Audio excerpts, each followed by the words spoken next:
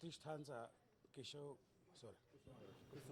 आज कुसुमाग्रज प्रतिष्ठानचा गोदावरी पुरस्कार मिळाला. मला अतिशय आनंद झाला आणि या निमित्ताने नवनिर्वाचित महापौर मॅडम यांची ओळख झाली, भेट झाली आणि नेहमीप्रमाणे मी त्यांना सर्व रसिकांच्या वतीने, नाशिककरांच्या वतीने त्यांना विनंती केली की नाशिक उपनगरसाठी सुद्धा एक नाट्यगृहाची अतिशय गरज आहे.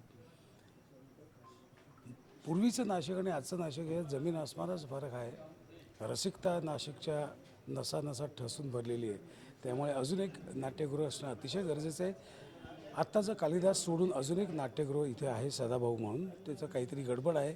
गडबड म्हणजे पूर्ण झालेलं आहे पण अजून ती सुरू होत नाही आहे. त्या ठिकाणी आपल्याला प्रायोगिक रंगभूमीला उत्तेजन देता येईल, कारण ते थोडं तसं छोटं नाट्यगृह आहे, 450-500 कपॅसिटीचं.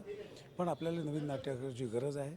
तर सर्व नाशिककर रसिकांच्या वतीने, आम्हा सर्व कलावंतांच्या वतीने मी विनंती करतो नाशिक महानगरपालिकेला की लवकरात लवकर एक नवीन नाट्यगृह नाशिक उपनगरात होणं गरजेचं आहे. धन्यवाद. खरं तर सर ही कुसुमाग्रजांची भूमी आहे. आपण बघितलं तर जे मराठी चित्रपटसृष्टीचे जनक आहेत दादासाहेब फाळके त्यांची ही भूमी आहे. अशातच कलाकारांना इथे येऊन एक विनंती करावी लागते.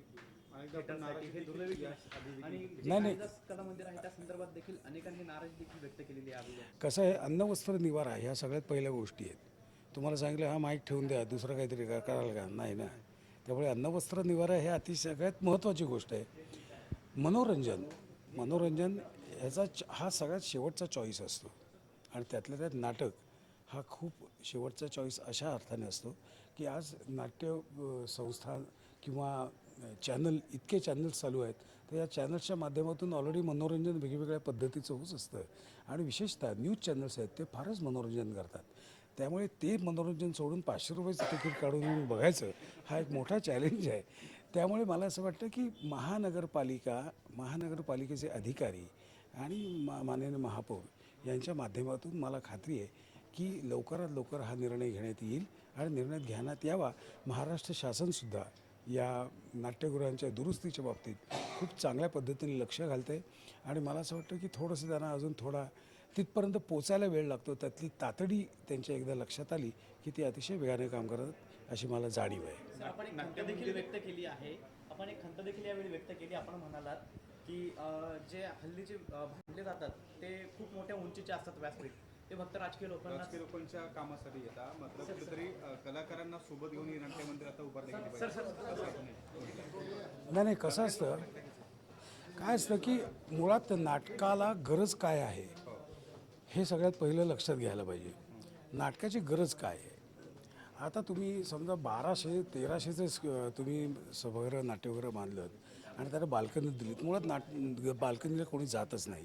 त्यामुळे आज नाट्यगृह जे असावं ते 800 ते 1000चं असावं. त्याची उंची मर्यादित असावी, 30 ते 35 फूट असावी.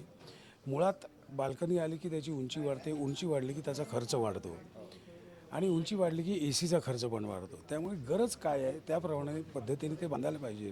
90 फुटाचं स्टेजची काही गरज नसते. 50 फुटाचं स्टेज हे नाटकासाठी उत्तम आहे. 50 बाय 35 किंवा 50 बाय 40 या पद्धतीनेच हे नाट्यगृह बांधायला पाहिजे. आणि त्यासाठी मला असं वाटतं की आत्ता हे नाशिकचं जर उदाहरण घ्यायचं झालं तर कालिदास नाट्यगृहाची रेप्लिका आपण जरी करू शकलो तरी मला असं वाटतं त्याच्यासाठी उत्तम नाट्यगृह होणारच नाही. धन्यवाद.